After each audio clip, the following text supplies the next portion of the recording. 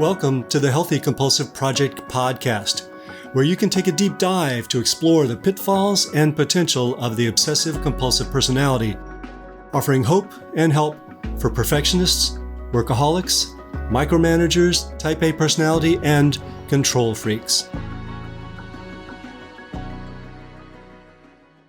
Hello, everyone.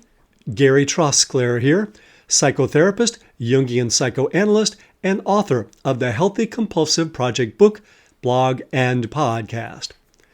Many therapists shy away from working with patients who have personality disorders because these conditions were thought to be unresponsive to psychotherapeutic treatment. This is not so. It can be very effective and very rewarding, but it does take dedication and specialized information to do this sort of work. This is also the case in working with people who have OCPD or even just a few obsessive-compulsive personality traits. There are a number of specific challenges that we often run into that we can learn about from each other. That's my goal in this podcast. I'd like to share my experience working with people who have obsessive-compulsive personality traits so that other clinicians can benefit from my involvement in the field. For those of you who are clients in psychotherapy, you may recognize some of your own challenges and hopefully benefit from hearing about them. So join me for episode 103 of the Healthy Compulsive Project podcast, 7 vexing questions and 7 encouraging answers for therapists who treat obsessive-compulsive personality. I recently had a conversation with a colleague, Brittany Capps, who also works with people who struggle with rigidity, perfection, and other obsessive-compulsive personality tendencies. She and I recognize some common, thorny, and vexing issues that come up in psychotherapy for both therapists and clients. She formulated these as questions for clinicians, and I've done my best to answer them. It's a challenging condition to treat, and each of these clients has their own version of obsessive-compulsive personality. I'll sometimes refer to that as OCP. I can't be too specific about what will come up and what to do about it, but even though I can't tell you about the exact neighborhood you're venturing into, I can give you some ideas about the overall territory there and share some thoughts about how to deal with the difficult situations that can arise. I've been a therapist for 33 years now, and the last 10 largely with people with obsessive-compulsive personality. It's been a wild ride, and I wouldn't have missed it for the world. While this episode about how to work with people who have obsessive-compulsive traits is addressed primarily to clinicians, I'm imagining that those of you who are in psychotherapy will find this, quote, look behind the curtain, interesting and helpful as well. Please note that my comments are about obsessive-compulsive personality, not obsessive-compulsive disorder. For more on that important distinction, you could listen to episode 5. Change and progress in the obsessive-compulsive personality. Before I get into the specific questions themselves, let's talk about change and progress in the OCP first. It will save you much grief if you can see how their particular obsessive-compulsive personality tendencies affect the treatment process. For best results, use incursions of their OCP traits into the treatment because now you have the problem right there in the room with you. It's cozy. For instance, the teacher-leader type of compulsive will feel the urge to control the therapy, and whether they tell you or not, they may be thinking how much better the process would be going and how much more progress they would be making if they were in control. And they could be right. Don't be afraid to let them take some control, but talk about it. And if you can bring it to light and explore it as it's happening, you create a real-life experience that can be healing. The doer-worker type of compulsive will want behavioral assignments that allow them to do and would happily skip over all the nasty chaos of feelings. Just tell me what to do so I can do it. Sorry, I can't. Can we talk about what it feels like to sit with those messy emotions or even their absence? Homework is fine, especially when it grows out of the session organically. Avoiding emotions is not fine. For the server-friend types, the need to please the therapist, sweet as it is for the therapist, may become an obstacle to their claiming their own power and authenticity. And their wanting to be liked could make them sensitive to suggestions about change. We used to call this transference, but I realize that's become passé, so I won't mention it because I don't want to offend anyone. But I'll still suggest that you talk about how their wanting to please you could affect their progress. The thinker-planner type will feel perfectly comfortable flying around in circles high above the fray of feelings, trying to understand why they are this way.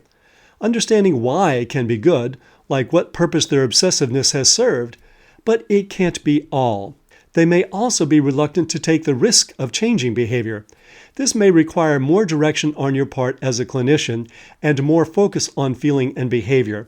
We need to facilitate experiences that go deeper into emotions and lead to active change rather than just cogitating. If you can identify rumination and obsessing as it's happening in the room and explore what feeling they're trying to avoid, you can leave your office that day happy for having done great work. And one final note. Urgency is characteristic of virtually all compulsives, even the obsessive ones. Since many therapists have obsessive-compulsive traits themselves, the pressure to produce progress may push their buttons. Just remember, you can't do this by yourself, and you can't cure everyone. Now, on to the questions. Question number 1. How do you help clients distinguish between genuine self-improvement and what they fear is, quote, letting themselves off the hook, or becoming complacent? The simple answer is that genuine self-improvement moves them closer to that which is most important to them, for instance, peace of mind and fulfillment. Complacency leaves them stuck in defensive avoidance, for instance, just trying to be secure. But since nothing is ever so simple, here's the real answer. The problem is that, quote, letting themselves off the hook or being complacent could actually signify progress.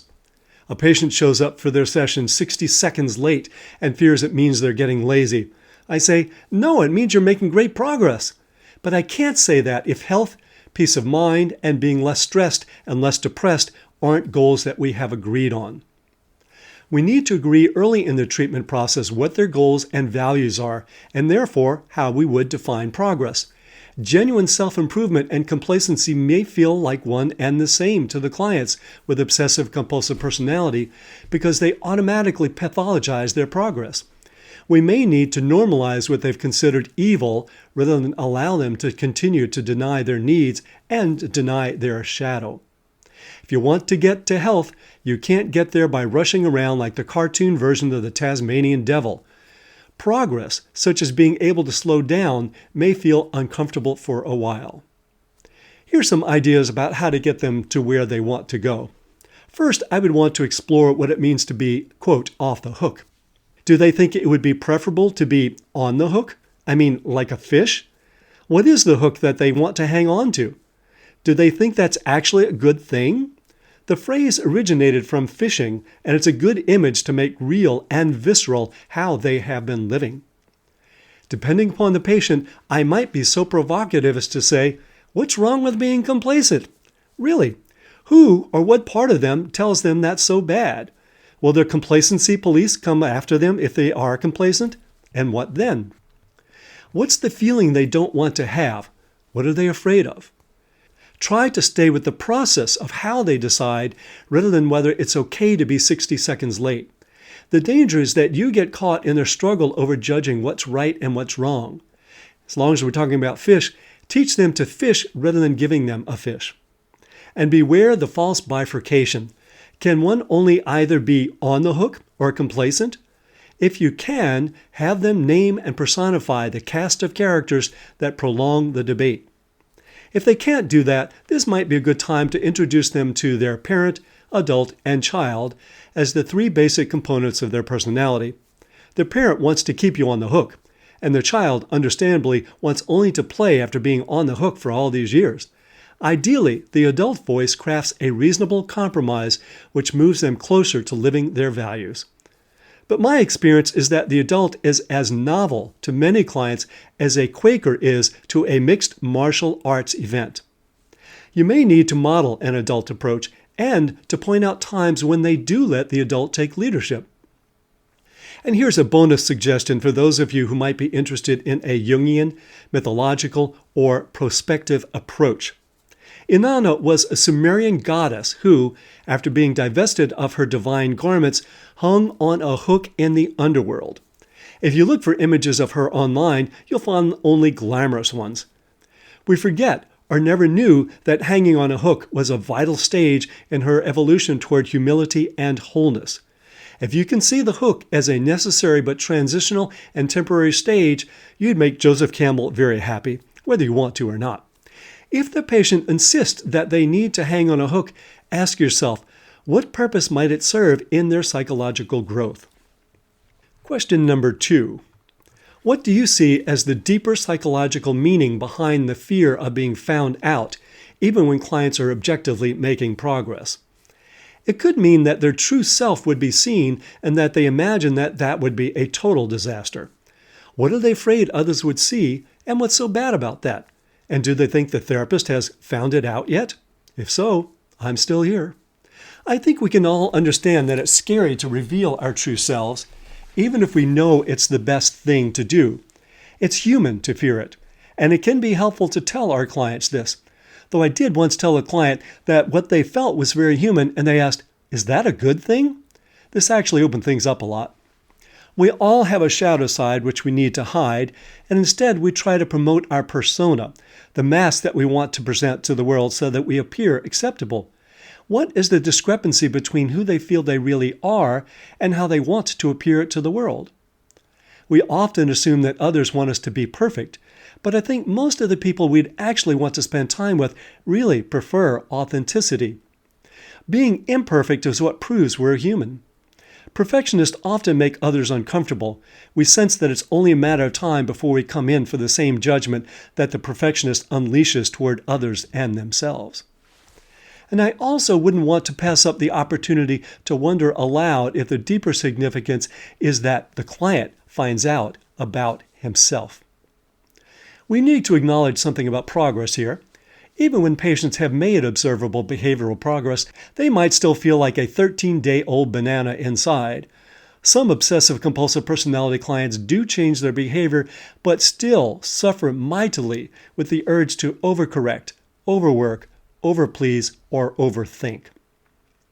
The old maxim that you can change your behavior first and the feelings will follow is true to some extent, but the shift in feelings often takes much longer than we would like and may never happen completely. We need to acknowledge this as clinicians. Implying that we can turn around an entire personality as quickly as you change your Fruit of the Loom bathrobe for a Versace version would be deceptive. Deep change takes time, and if we don't accept and convey that, we're playing into the compulsive's need for urgency and control, if not our own need to rescue as well. But the good news is that we can learn not to be so fused with uncomfortable feelings so that they aren't as disturbing. The feeling is still there, but as you would a rattled rattlesnake, you keep it at a respectable distance. Now the third question.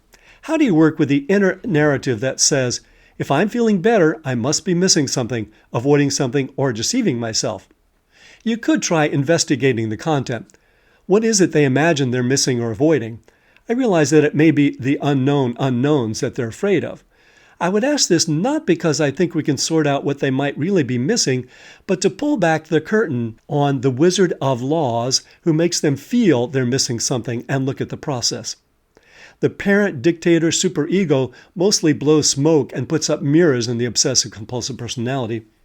I want to encourage the cultivation of a voice, like the adult voice I described before, that questions this other browbeating parental voice because it's so undiscriminating. It will always find an excuse to rip into us, so we really can't trust it. We want the adult voice to eventually be in the driver's seat. This takes a lot of repetition, personifying the critical voice, and maybe even some gentle, judicious teasing. You know, I think you're right. You do seem pretty dangerous to me. You should never let yourself feel good. And what if they were missing something? They may need to face the slings and arrows of their parental voice rather than placate it, because living the old way was not sustainable and did not get them where they wanted to go. I would want to ask, what's it like being bossed around so much by an inner dictator who can't even button his own fly? And, great baseball players strike out 65% of the time. What's most important to them? Their productivity and righteousness, or well-being, relationships, and health? How did they decide that they were so depraved? What purpose has it served for them to be on guard against their own transgressions all the time? We also need to be aware that these patients may be in denial of their feelings, and they're using work or planning to avoid them. They're being driven by something other than their well-being. Is that okay with them? And now the fourth question. How do you approach obsessive-compulsive personality clients who present with high egocentric rigidity and very little perceived distress? And similarly, what do you do when the client says, "But I feel better when I'm compulsive," or perfectionistic or productive? I say, "Well, that's wonderful. You found your own solution." Okay, so that might be a little snarky, but my point is that if their precision, propriety, and prudence weren't causing them a problem, they probably wouldn't be here. If they like things as they are, that's up to them. What do they come to therapy for? I'll tell you. They're coming either because someone in their life they love is complaining about them, or some internal part of them is howling horribly to be let out like a cat that's been locked in a tiny room for a month. That howling might take the form of rebellious behavior, anxiety, or depression. When they say they feel better, what part of them is doing the speaking? Are there other parts that have been silenced? Be on the lookout for these other parts. To paraphrase Walt Whitman, we are large. We contain multitudes. So, to answer the question, sometimes we need to serve as advocates for the marginalized parts, the parts that don't have a voice. And I tell my patients as much. These parts may show up in dreams as pets or young children that desperately need attention. They may show up as compensatory indulgences they regret. They may show up as parts that are going on strike, or they may show up depressed as hell. You may also need to serve as a grief counselor. If their partner wants them to change, then they may need to mourn the fact that they can't keep going on as they have been and still stay in that relationship. They may need to acknowledge that they don't come across as the good guy or good gal they imagine they are. Recognizing the excluded parts may take some mourning as well, because it will mean that they can't work as much as they would like to.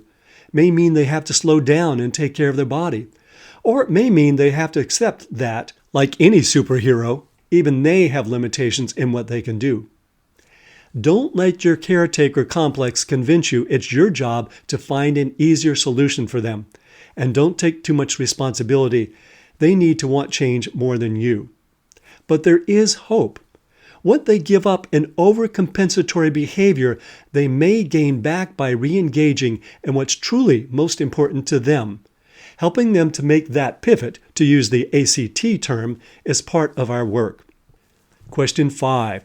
What do you do when the client says, "Maybe all that's true for other people, but that doesn't apply to me"?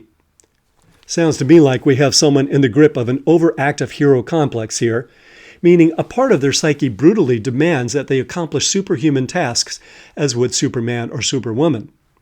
We need to start by exploring, why doesn't that apply to you? Why is so much more demanded of you than of others? You may get some reasonable answers.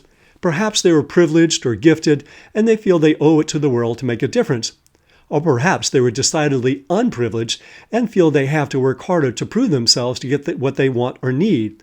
This is a reality in some cases, depending upon their goals, and sometimes we do need to take it into consideration. But the kicker is that the brutal self-attacks insisting on heroism make it harder to achieve what they want or need to achieve. They may know this intellectually, but need your help to realize it emotionally so they can change it. To achieve change, think right brain. Think experiential. Think exposure. Think relationship. Think image. But don't think too much. There are often also deeper issues, shadow issues, involved when we believe we have to heroically deliver more than everybody else, like pride and identity.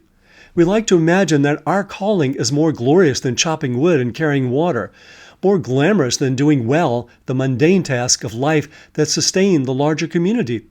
And we feel cheated when we don't get to operate at that higher level. Worse, we can then start to feel gratified by thinking of ourselves as righteous victims when heroism is withheld by the universe. If they seem to be stuck complaining about how unjust the world is, then we need to ask what they get out of focusing on that. It might not be pretty, but it probably has meaning. It might not be conscious yet, but it probably could become conscious.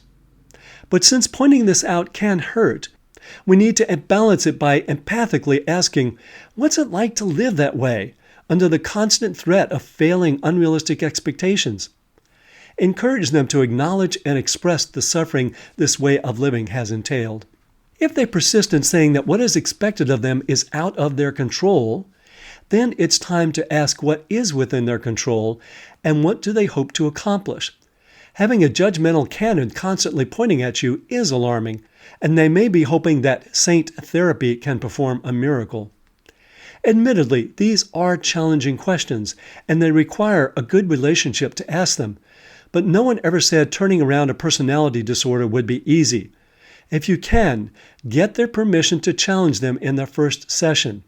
And even thereafter, if you have a challenging question to ask permission first. Now the sixth question. What do you see as the most effective ways to help obsessive-compulsive personality clients reconnect with desire without triggering guilt or perceived irresponsibility? Look who's talking. Name the guilt as a complex, personify it, and objectify it as a part of them that had been helpful but has gotten out of control, and then help them have a discussion or a showdown. How did the guilt complex gain so much power? What were the messages they got about desire from their family? And has desire ever gotten them in trouble? What do they imagine they can be responsible for? Their assumptions are usually unrealistic, and we do need to tell them that, but telling them works only in the easiest of cases. It's better if their own body tells them.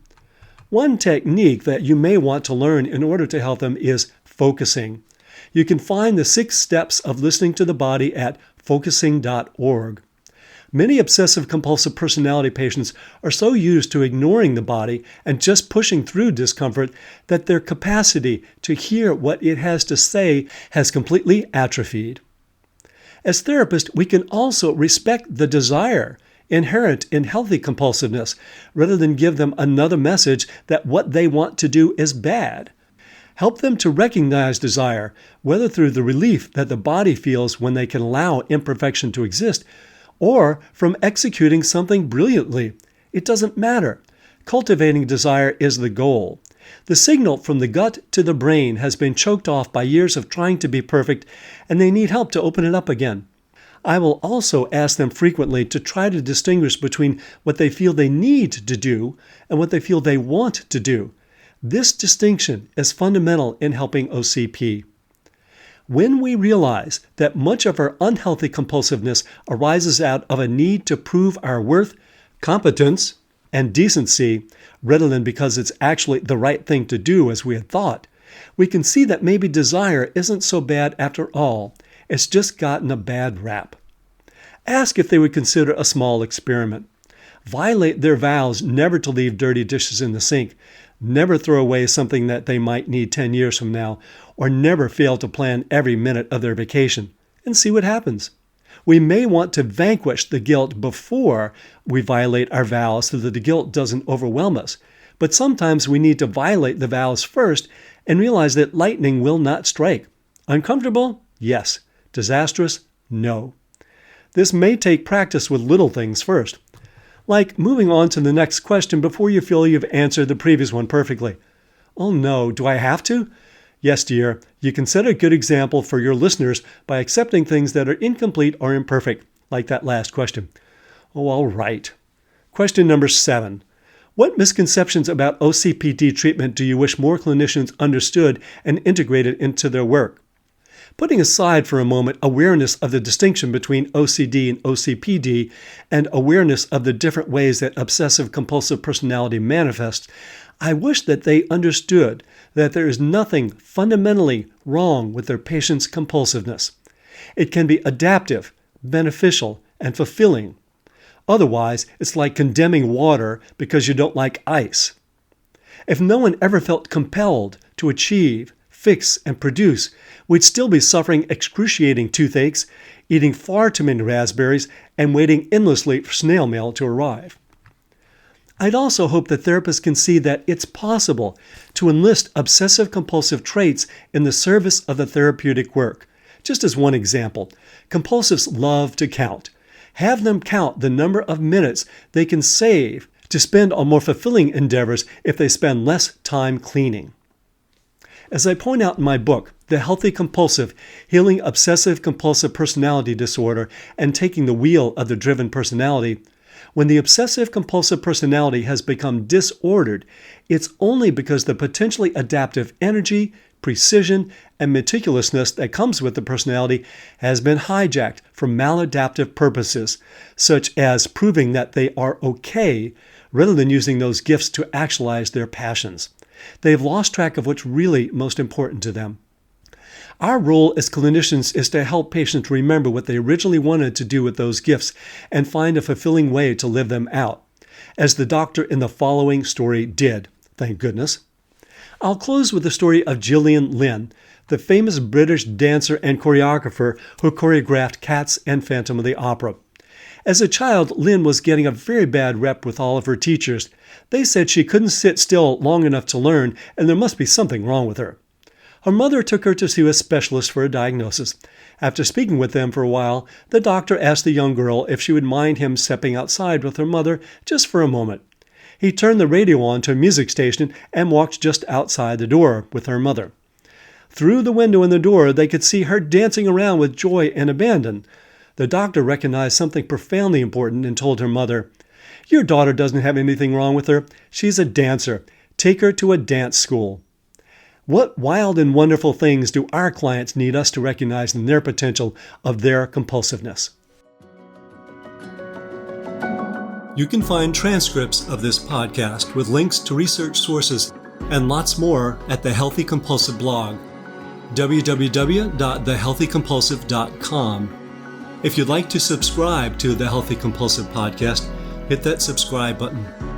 And for a thorough guide to cultivating the positive potential of the compulsive personality, find my book on Amazon, The Healthy Compulsive, Healing Obsessive-Compulsive Personality Disorder and Taking the Wheel of the Driven Personality. And if you find any of these helpful, let others know by leaving a review. Till next time, enjoy the drive.